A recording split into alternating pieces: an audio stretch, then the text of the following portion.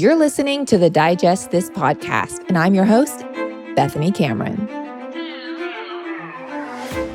Let's talk about beets. They are very well known for their earthy flavor and aroma, and if you're one of the people that think beets always taste like dirt, that's probably because you're not removing the skins or washing them properly. So I will address that in this episode, as well as how you can enjoy beets in different ways, culinarily speaking. I even think they taste like candy in some circumstances. So we'll get into that. But first, and most importantly, I want to address the radical health benefits of beets, as many probably don't know what they can do for the body. In addition to bringing up a pop of color to your plate, beets are highly nutritious and packed with essential vitamins, minerals, and plant compounds, many of which have medicinal properties. So here are a few evidence-based benefits of beets. Plus, again, I'm going to share some tasty ways to incorporate them into your diet. Okay, guys, so in case you haven't heard, I created my own supplement line called Bethany's Pantry. It is a sister brand under the Nuzest label. And any and all of Bethany's Pantry products are created by me, specifically formulated to help with overall gut health and to be enjoyed without any gut upsets. This line of Bethany's Pantry products includes a protein bake powder that is so versatile and can be used for sweet and savory recipes, L-glutamine to help heal and seal the gut lining, and of course, my popular digestive support protein powder, which now comes in 3 flavors: probiotic cacao, probiotic vanilla, and the newest flavor, probiotic strawberry, which I personally think is the best flavor yet. There's no natural flavors, no stevia or sugar alcohols, no dyes, no gums, no inulin or fake fiber, and all of my products are vegan, paleo, and even suitable for a keto lifestyle. So head on over to newzest-usa.com/Bethany's Pantry to check out all of these gut-friendly goodies. You guys are gonna love them, and your gut will too. newzest-usa.com/Bethany's Pantry. First, let's get the nutritional profile out of the way. So beets contain a lot of nutrients and few calories. So they're low in calories, yet high in valuable vitamins and minerals. In fact, they contain a bit of almost all of the minerals and vitamins your body needs. The nutrients found in 100 grams, a 100-gram serving of boiled beetroot contains about 44 calories, 1.7 grams of protein, hardly any fat, like 0.2 grams, 10 carbs, 2 grams of fiber. They're very high in folate. They contain manganese, copper, potassium, magnesium, vitamin C, vitamin B6, and iron. Beets, as I previously mentioned, they're particularly high and rich in folate, which is a vitamin that plays a key role in growth, development, and heart health. They also contain a good amount of manganese, which involves in bone formation, nutrient metabolism, brain function, and so much more. Plus, they're high in copper, which is an important mineral required for energy production and the synthesis of certain neurotransmitters. All right, so beets have also been well studied for their ability to decrease elevated blood pressure levels, which we all are aware is a major risk factor for heart disease. The effect appears to be greater for systolic blood pressure, which is the pressure when your heart contracts, rather than diastolic blood pressure, which is the pressure when your heart is relaxed. Beets are also a great source of folate, as I had mentioned, and although research has mixed reviews, basically, there are still several studies that suggest increasing your intake of folate could significantly lower blood pressure levels. However, keep in mind that beets' effect on blood pressure is only temporary. So you need to consume them regularly to experience the heart health benefits over the long term. You can't just eat them for a week and think you're good to go. So if you're an athlete, listen up, or if you work out regularly, according to a review, beetroot juice could enhance endurance by increasing how long it takes to become exhausted, boosting cardiorespiratory performance and improving efficiency for athletes. Beet juice has also been shown to improve cycling performance and increase oxygen use by up to 20%. It is important to note, though, that to get the benefits here, it's best to consume the juice a couple of hours before training or after completing a training exercise to maximize the potential benefits. All right, let's talk inflammatory or anti-inflammatory, should I say. So beets, they contain very high amounts of anti-inflammatory properties. It's due to their pigment, which is a dark red color. This could benefit several aspects of our health because chronic inflammation has been associated with conditions like obesity, heart disease, liver disease, and even cancer. There was one study in 24 people with high blood pressure, and they found that consuming 8 ounces of beet juice for 2 weeks significantly reduced several markers of inflammation, including C reactive protein and the tumor factor alpha TNFA. All right, guys. So there's another study because I love studies. They're in a different one here. They did one in people with osteoarthritis, and that's a condition that causes inflammation in the joints. So this study showed that these capsules that they gave the participants made with beetroot extract reduced pain and discomfort.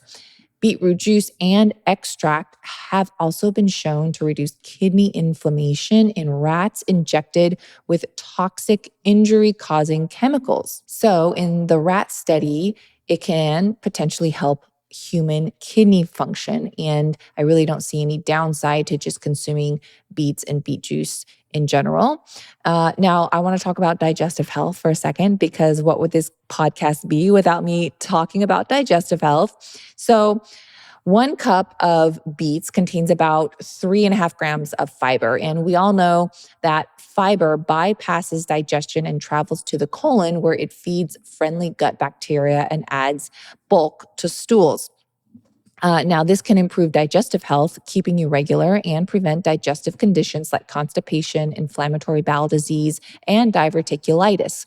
Fiber has also been linked to a reduced risk of chronic diseases, including colon cancer, heart disease, and type 2 diabetes. Now, of course, too much fiber can cause the opposite effect, but 3.5 grams of fiber is really nothing detrimental. And I think obviously you should be having some good amounts of fiber. And if you're getting fiber, it should be from whole food sources, not packaged things where they add fiber to it. That's another thing that I always stress, is that if something naturally contains fiber, I'm all for it.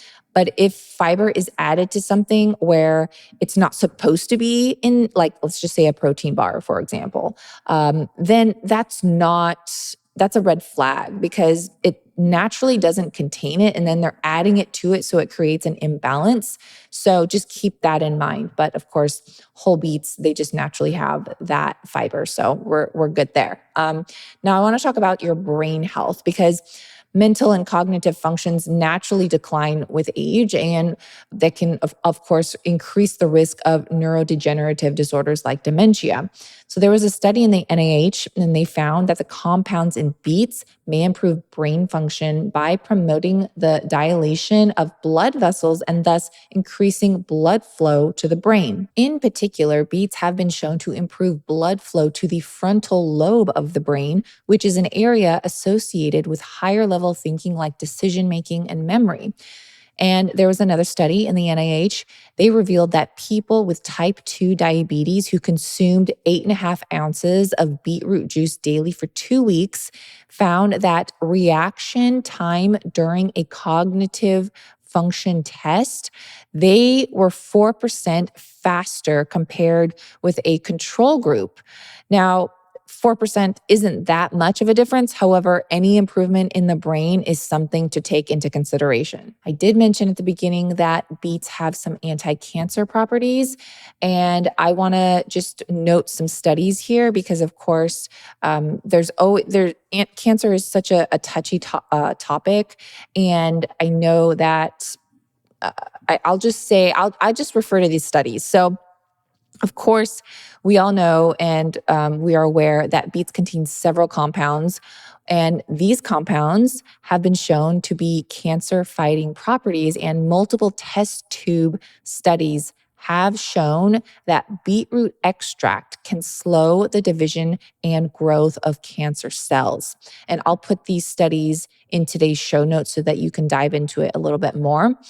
There's even several other studies that have found that having higher blood levels of there's a certain compound in these beets that may be associated with a lower risk of developing cancer.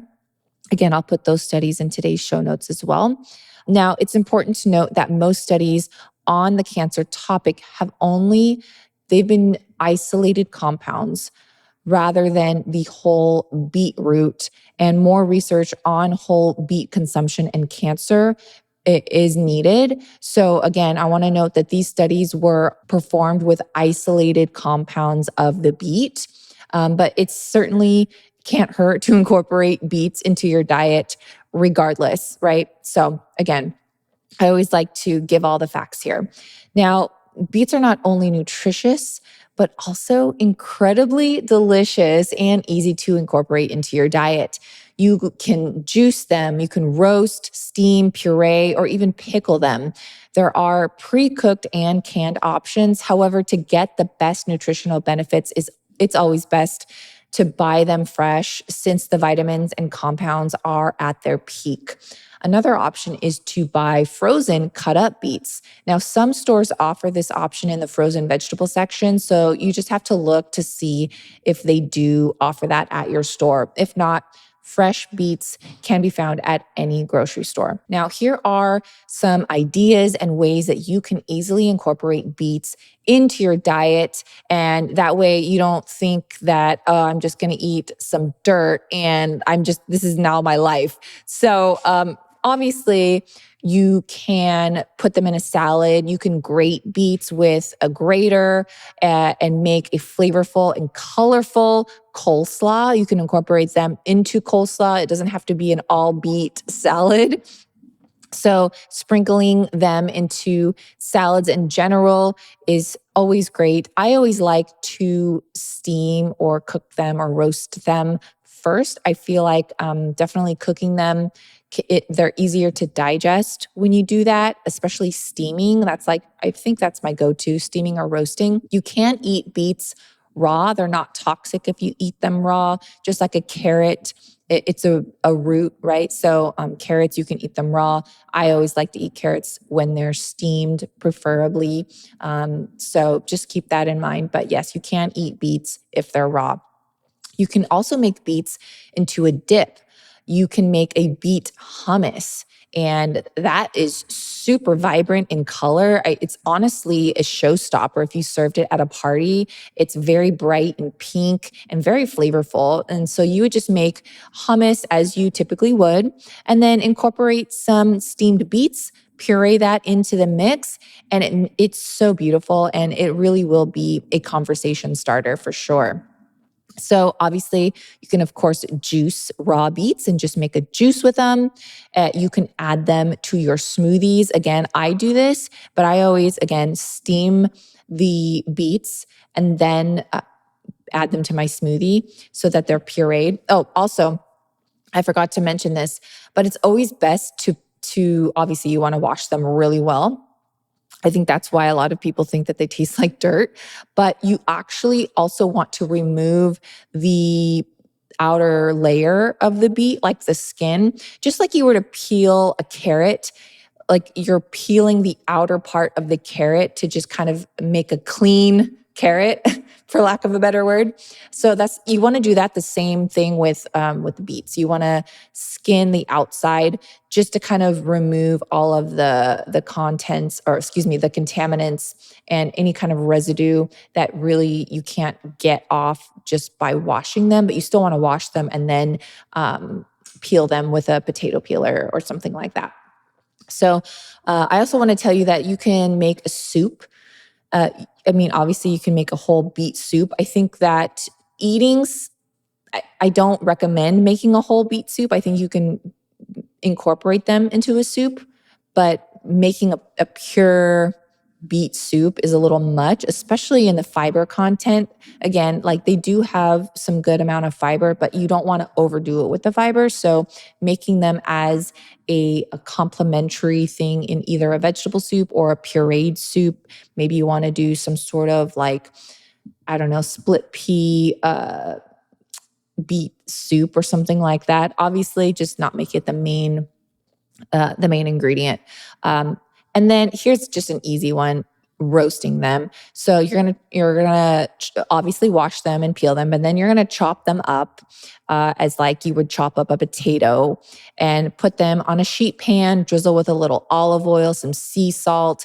If you want, you can even, sounds weird, but you can even drizzle a little bit of honey or massage some honey into it, and then you roast them. Oh my gosh. And they are like candy. I kid you not. They do have a little bit of sugar. Beets have sugar, but just like carrots, have sugar, I think carrots can actually taste very sweet. Same thing with beets. If you do it the right way, they can taste incredibly sweet. So roasting them until they are not crazy mushy, but just tender when you put a fork into them.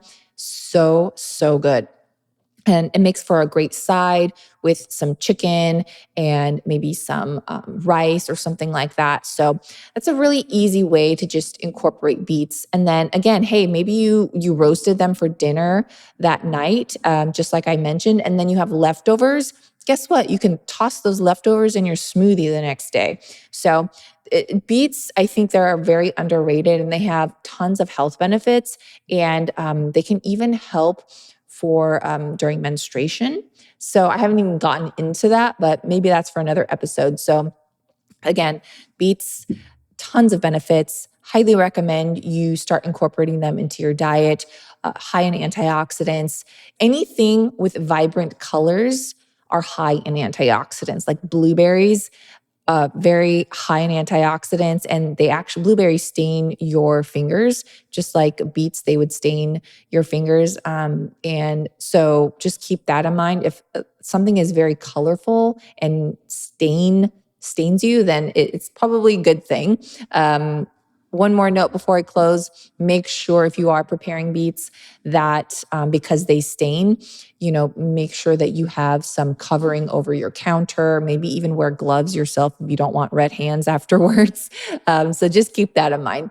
So I hope this was helpful, and I can't wait to see all of your beet creations on Instagram. Thanks for listening to this episode of Digest This. If you enjoyed this episode, please leave a review in your podcast app to let us know. If you're ever wondering how you can support me and this podcast, sharing it with your friends and family is the best way. This is a Wellness Loud production produced by Drake Peterson and edited by Mike Fry. To check out more shows by my team, go to wellnessloud.com, and to email the show, message us at digestthispod@gmail.com. See you next time. The content of this show is for educational and informational purposes only. It is not a substitute for individual medical and mental health advice and does not constitute a provider-patient relationship. As always, talk to your doctor or health team first. Looking to live a cleaner and healthier life? Tune into the Clean Kitchen podcast. I'm Kyle Fitzgerald, founder of Clean Kitchen Nutrition.